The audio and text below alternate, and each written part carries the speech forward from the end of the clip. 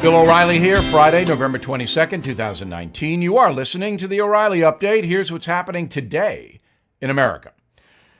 The Democrats' public impeachment inquiry just concluded its second week, with lawmakers speaking to State Department and other officials about President Trump's dealings with Ukraine. Those testifying included the acting ambassador to Ukraine, William Taylor, Assistant Secretary of State George Kent, EU ambassador Gordon Sondland. Democrats claim the hearings show the president violated the Constitution by pressuring Ukraine to dig up political dirt on Joe Biden. Republicans counter, saying the whole charade is designed to damage the president politically heading into the 2020 election, and no wrongdoing occurred. It's clear to all fair-thinking Americans that the impeachment deal is political. Now that the quid pro quo argument has been challenged, Democrats are claiming Donald Trump bribed the president of Ukraine. Congressman Adam Schiff, the chairman of the Intel Committee, says the hearings, quote, get right down to the heart of the issue of bribery as well as other high crimes and misdemeanors, unquote. But many senators are on record as rejecting that analysis. Most regular folks are detached. TV ratings for the hearings are low, averaging around 11 million in a nation of 330 million. Day one drew 13 million viewers, far shy of the 19 million that watched James Comey or the 20 million who tuned in for Michael Cohen. Remember him? He's in jail. Going forward, the Democrats will ultimately end the hearings and likely draft articles of impeachment. Then they will go to the Senate, where the issue looks to be dead on arrival. Senate Majority Leader Mitch McConnell publicly stating, quote, "You can't imagine any scenario where 67 senators will vote to remove Donald Trump from office." By this time, many Americans are not amused. People are too busy to tune in and sift through all the chaos. If there is clear wrongdoing from the president, then all hell will indeed break loose. But this is like watching As the Ukraine Turns, the daytime soap. Goes on with little purpose. Maybe Dr. Phil can sort it all out. Up next, inner city violence in America. It's awful. Right back. Deborah's home was stolen. I don't mean thieves stole stuff. I mean scammers literally stole her home. The FBI calls home title theft one of the fastest growing white-collar crimes. This story is why you need Home Title Lock. Deborah says, quote, criminals found the title to our home online and filed fraudulent documents claiming they owned it. And it gets worse. Deborah, quote, I was evicted from my own home and $85,000 in equity gone. Nobody believes you can get your home stolen this easy, unquote. This is why you need Home Title Lock, because no insurance or bank protects your home from title theft. First things first, please go to HomeTitleLock.com and register your address to see if you're already a victim and don't know it. Then sign up to protect the legal title to your home so you don't end up like Deborah. And to get you started, I got you 60 risk-free days of protection. Please go to HomeTitleLock.com. HomeTitleLock.com. Time now for the O'Reilly Update message of the day, inner city violence in America. Former New York City Mayor Michael Bloomberg, who wants to be president, has apologized for supporting the stop and frisk police tactic while he was in office. The program of patting down suspected troublemakers in order to find guns is deeply unpopular in many minority communities because most of those stopped are Black or Hispanic. According to the New York Post, 98% of the shootings in New York City are done by minority criminals, leading to profiling. Once stop and frisk was stopped in the Big Apple, violent crime continued to drop, surprising some people, including Mayor Bloomberg. Now, in order to win liberal votes, Mr. Bloomberg must make an act of contrition which he has. Lost in this debate is a solution to inner city violence. No one seems to have one.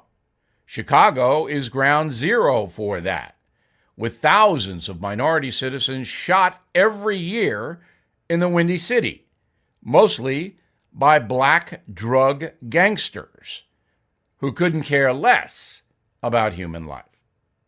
On Halloween, a 7-year-old girl dressed as a bumblebee was shot in Chicago while trick-or-treating. No arrests have been made. Same thing with a 2-year-old, shot dead in her mother's arms in Chicago. It goes on and on and on.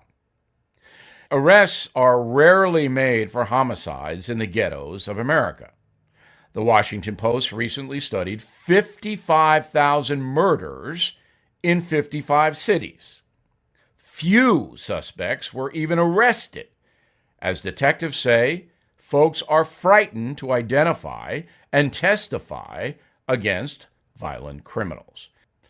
Anti-police campaigns by groups like Black Lives Matter and other social justice fanatics have managed to demonize police in many places, leading to a decline in aggressive investigation.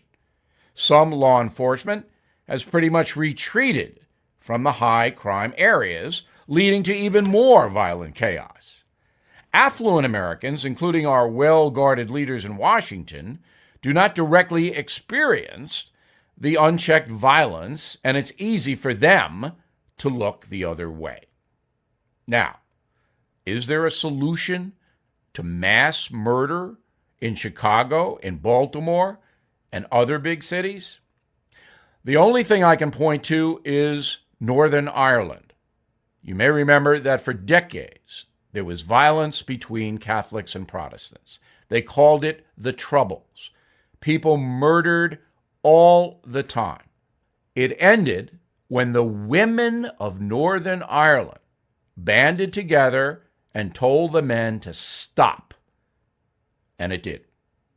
The only way mass murder is going to stop in the American ghetto is for the people themselves to rise up en masse, led by their religious leaders, and say, stop.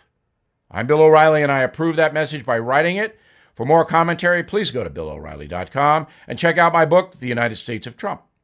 Up next, something you might not know. Do you or a loved one suffer from sleep apnea and require the use of a CPAP machine? Did you know that manufacturers recommend you wash your sleep equipment every day with soap and water? Fortunately, there's an easier option. SoClean is the fast and easy way to maintain your sleep equipment.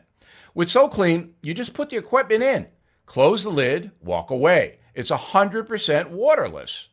SoClean gives you peace of mind knowing your sleep equipment is properly maintained every night.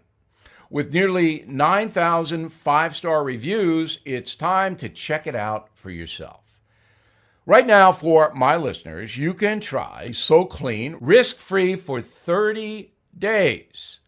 Even shipping is free. So don't wait and call 1-800-520-1279 or go to SoClean.com to take advantage of this 30-night risk-free trial and free shipping. Again, that's 1-800-520-1279 or go to SoClean.com right now. Now, the O'Reilly Update brings you something you might not know. The holiday season, the busiest time of year for the U.S. economy when millions of Americans shell out major dollars to purchase this year's hottest gifts. Economists forecast U.S. retail sales will increase 4% in 2019, making it the first season to top $1 trillion in total sales. The average American spends between $800 and $1,000 on presents between Thanksgiving and New Year's Day. We typically spend $200 during the rest of the year on holidays like Mother's Day and wedding anniversaries. So, what are the hottest items to put under the tree this year? For adults, it's all about technology, smart home items like thermostats and remote cameras, tablets, wireless earbuds. While those generate the most money, the biggest seller per unit, prepaid gift cards. For kids, it's about technology again. The sale of consoles, games, merchandise generated $43 billion in 2018, with more than a third of transactions occurring during the holiday season. The most wonderful time of the year also creates 200,000 jobs across America, many in department stores, also UPS, FedEx, Uber. They all beef up staff during the holiday season to cope with demand. But buyer beware, a majority of Americans use credit cards to purchase gifts, racking up thousands of dollars in bills. Studies show more than 20% of us incurred major debt during the holiday season, and 22% blame their negative credit card scores on Christmas gifts. When asked what part of the holidays they disliked the most, 23% of Americans said they hated dealing with crowds. Another 20% complained about picking the right gifts. 19% said the worst part of the season, not having enough money to buy what they want. Another major headache for U.S. consumers, traveling. Nearly half of all Americans will take long-distance trips during the holidays. Well, good luck getting there and getting home. I'm sure the airports and roads will be a delight. Right? Back after this. Bill O'Reilly here with an important message. If you're a listener to this program, you may know how much I love dogs. Today, let's talk about something I care about very much. There are thousands of abandoned animals in the USA, and these animals need your help. This is why I have partnered up with Delta Rescue, the largest no-kill, care-for-life animal sanctuary in the world.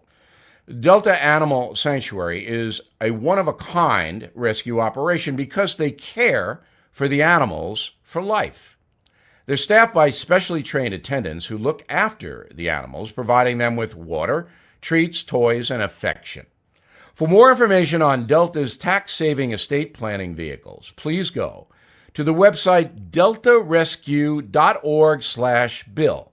It lays out all you need to know about growing your estate through tax savings, which can help you build the size of your estate while letting your compassion for animals live well on into the future.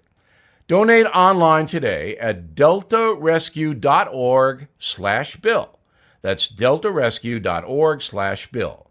Thank you for listening to the O'Reilly Update. I am Bill O'Reilly. No spin, just facts, and always looking out for you.